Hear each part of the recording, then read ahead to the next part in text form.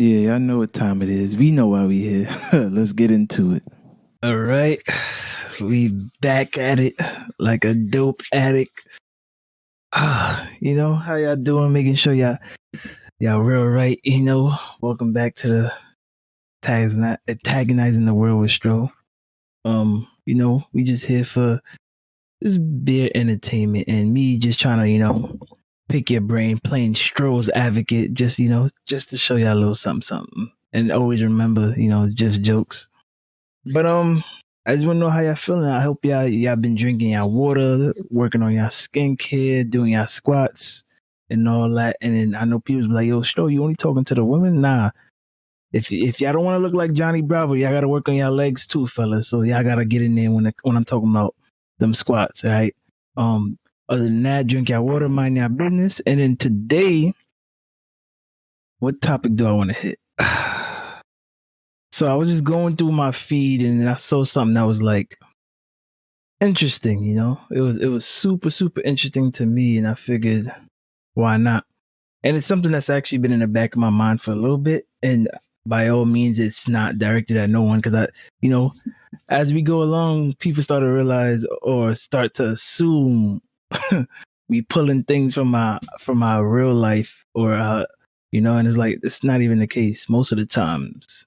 It's stuff that we're observing or even just thoughts that we have in general, and that's why I wanted to like create this side segment just to give off my little rants and things. But basically what I'm gonna nail put the moves on is conditional love. You know what I'm saying? Like people always say, "Oh, I love you unconditionally," and I mean, I see the title of this. My opinion, the Stro's advocate, the antagonist, believes that unconditional love is a sham. You like, it's always conditions. It's always conditions, but pretty much let me cue you in on why I even what made me stumble and do this video. So hold on, I got you right now. Give me a second. So I was scrolling past and I saw this right here. It says, you know what I'm saying? It says, I just heard someone say, just because you love me doesn't mean I feel loved by you. And it's like, whoo, like, I know that hit a lot of y'all souls. Like, like I'm pretty sure all the women that's probably watching this, it's probably like, yes, say that again for the ones in the back, yeah. And it's like, I respect it though. That's the funny thing about it. Like I truly respect it, right? It makes sense. But at the same time, I know people feel a way about it. But you know what? It's also funny because that person that made that meme or comment actually came off Twitter, and she actually had a reaction to it because I guess it went viral. Like, so let me help y'all cue y'all into it so y'all can see what's up. So here's the next slide. Here we go. Okay, so I posted this on Twitter yesterday, and it's kind of getting up there in activity. And Yeah, she about to go in. there are a lot of people saying that this is manipulative. And I'm trying to figure out how, when we all have requirements for what love looks like to us, and that just because you say that you love me, does that mean that I feel loved by you? I have requirements for what makes me feel loved, whether that's spending time with me, whether that's making me feel like a priority, whether that's being patient with me when I'm going through my own shit, whatever, right? We all have different dreams and visions of what love looks like to us. When we envision the perfect love, it does not always look the same to everybody. And you have to be willing to understand when you are compatible, when the way that you love people is not compatible with the way that people like to receive love. Stop saying that it's manipulative because you want people to settle for the funky ass quality of love that you have to give. It's not manipulative, bitch. Requirements, standards. Okay, so. Okay, all right. Okay. I mean, whew. I don't know if y'all want me to remix that or something. Like, if y'all want me to play it again. But yeah, but it's like, she says some key things there, but then ultimately the bottom line where I'm going to get at, where it's the Stro advocate, Stro the antagonist, antagonizing the world, is like, all right, cool. All of that says, she said it well, and it all sounds good, and it all makes perfect sense. But what happens to basically how I started this episode? What happened to unconditional love? I love you unconditionally, and it's like, this almost ties into, like, even though it's a whole different topic and I should make it, but it also ties into the love language, and I'm gonna attack that too, probably on a different episode. But that's what it almost sounds like she's heading towards. And if you see the comments, well, you're not gonna see it now, but if I had scrolled through the comments, you would have seen that people were saying love your partner's love language, this, that, or third, etc., etc. But this is the part where I come in and it's like, all right, the unconditional love though. And yeah, I heard me said it before in previous podcasts. It's like loving me for who I am and not for what I do. Right? And it's almost like Chris Rock, he had a stand-up that said, the only two things that's love unconditionally is kids and dogs. It's like kids and pets are the only ones that are loved unconditionally. Men or are loved under the conditions that they X, Y, and Z. His stand-up is mostly predicating to, being the source of provider and security and all that stuff. Right? But she's more on the love language type of end. But at the same time, where I'm getting at is, okay, so where's the unconditional love? I did my due diligence to get to know you, and you got to know me, and you supposedly fell in love.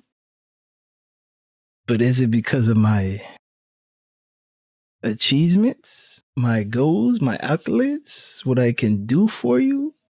Because I bring you flowers, and every time I go out to eat, or every time I step outside and I decide to get me a plate of food, I call you and let you know, do you want something?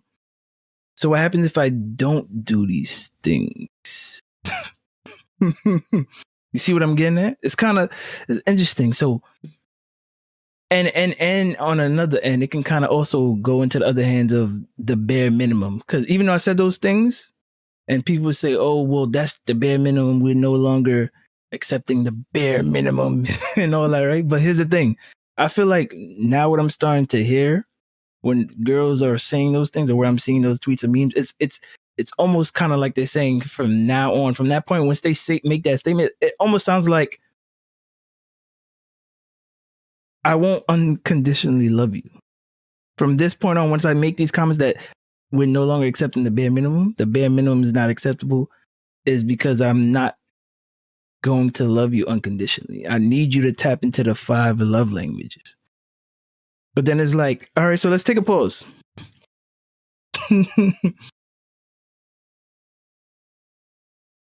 You love me because I tap into the 5 love languages, but what if I don't?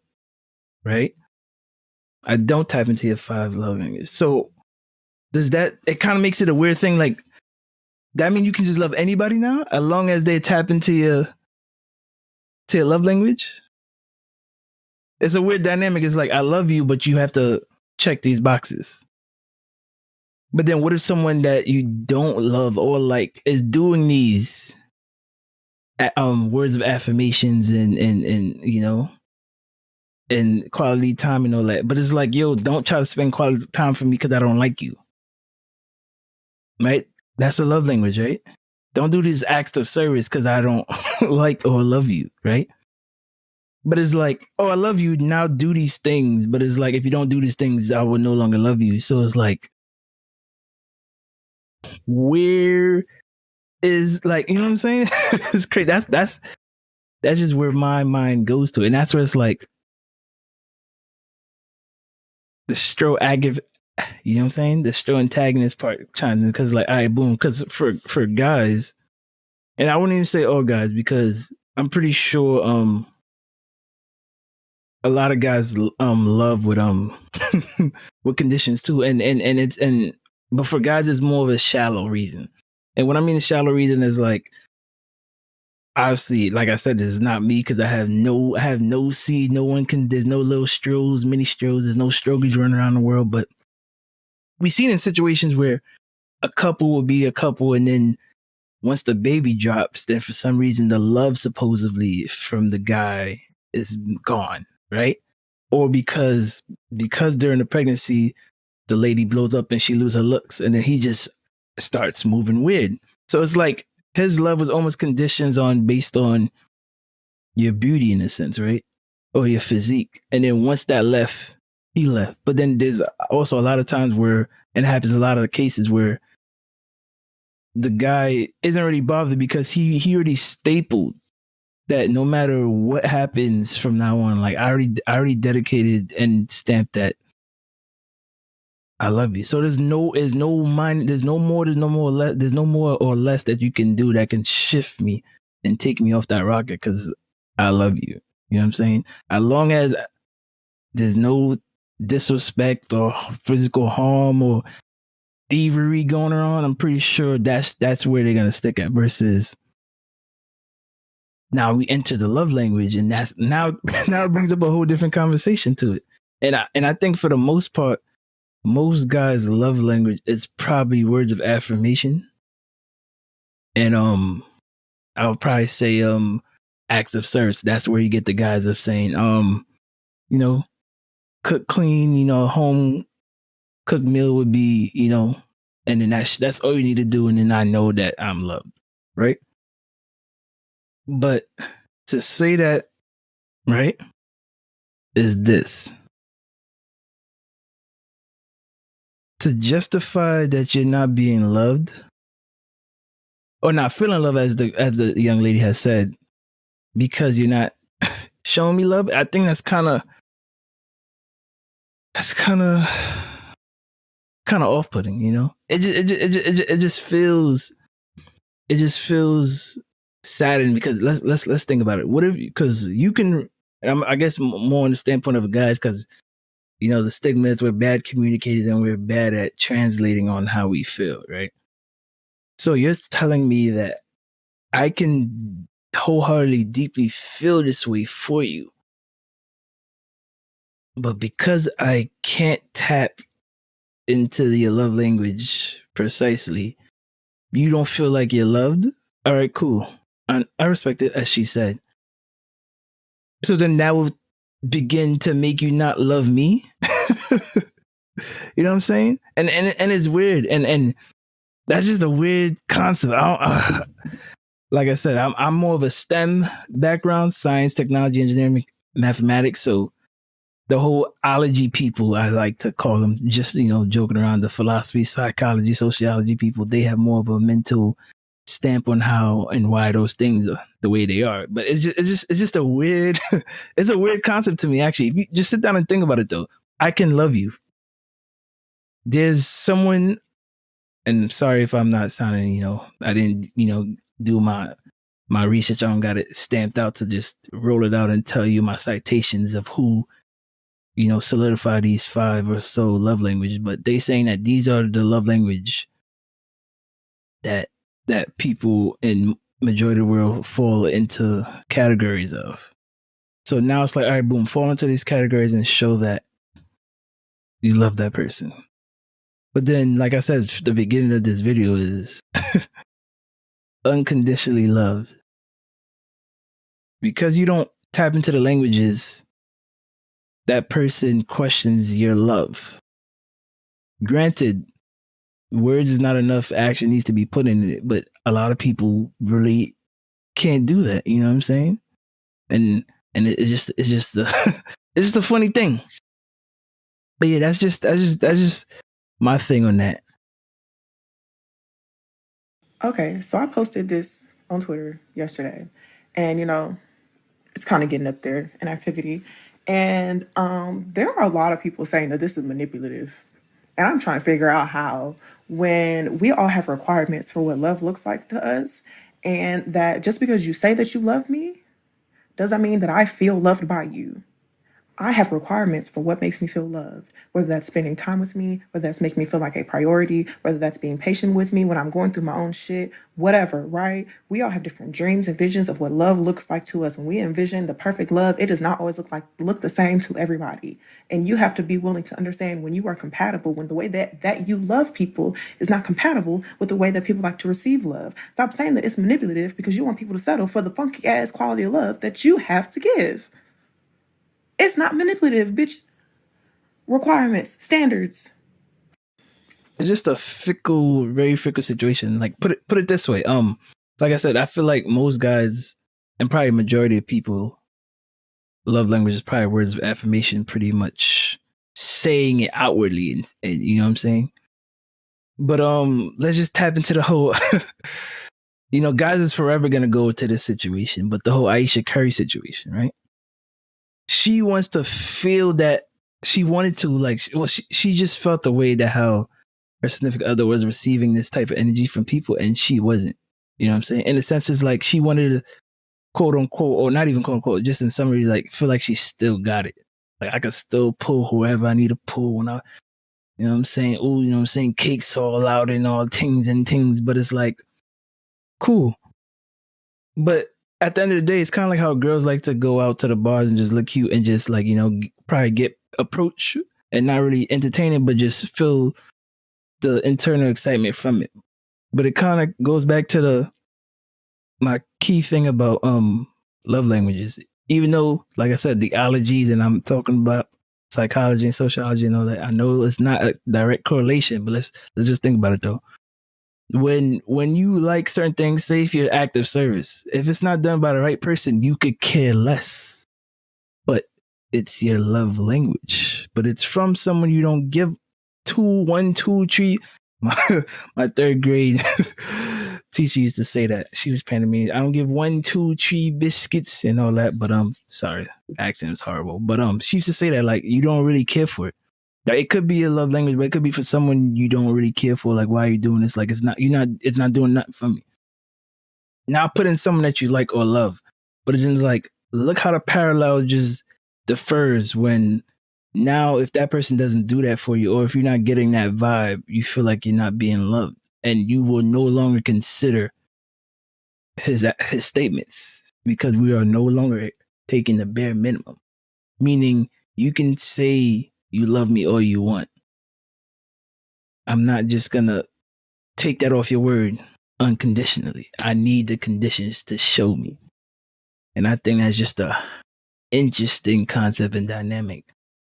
Let me know if y'all agree or disagree, if I'm wild, if I'm off my rocket, but it just listening and seeing the things is like,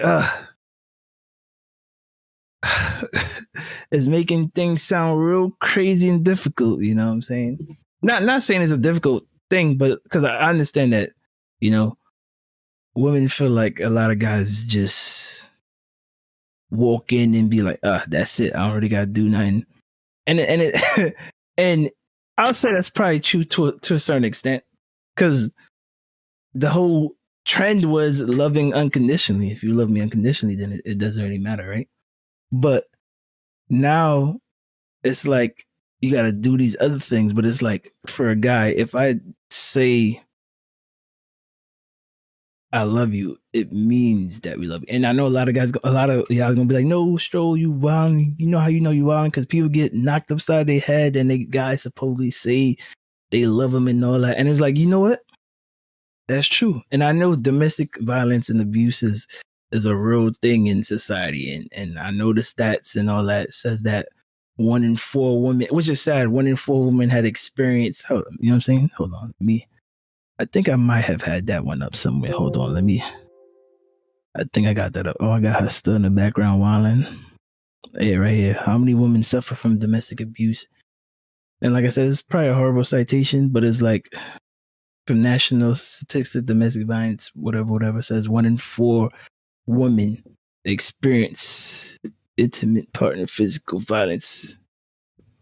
So I get it. I get that. For sure, I get that. But it's like, I'm talking about the 3 and 4 men that aren't committing those things and saying that we love you. And I'm pretty sure the ratio of that amount is even shrunken even more because, let's be honest, some dudes are just playing the game. They want the cake and eat it too, and then go back to the bakery and get more cake. You know what I'm saying? Maybe it's rum cake this time or cheesecake this time.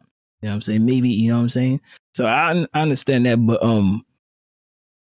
it's back to what I said before in the podcast. If y'all listen, it said that I had a statement. I was like, guys will go through a lot more toxic situations, and when the relationship ends, it's more than likely that they're not the reason why the relationship ends. Guys are more inclined to stay in toxicity, whether they're the one pushing it or promoting it or the exact existence of it. They wouldn't leave. So that just makes me question: is unconditional love a sham? Like, let's be honest here. Who really loves unconditionally? Just food for thought. Stro the antagonist, antagonize the world. If you believe or you understand what I'm coming from, let me know. If not, if I'm wrong, feel free to tear me up. Because if you know me, I love the energy. I enjoy the back and forth. It helps out.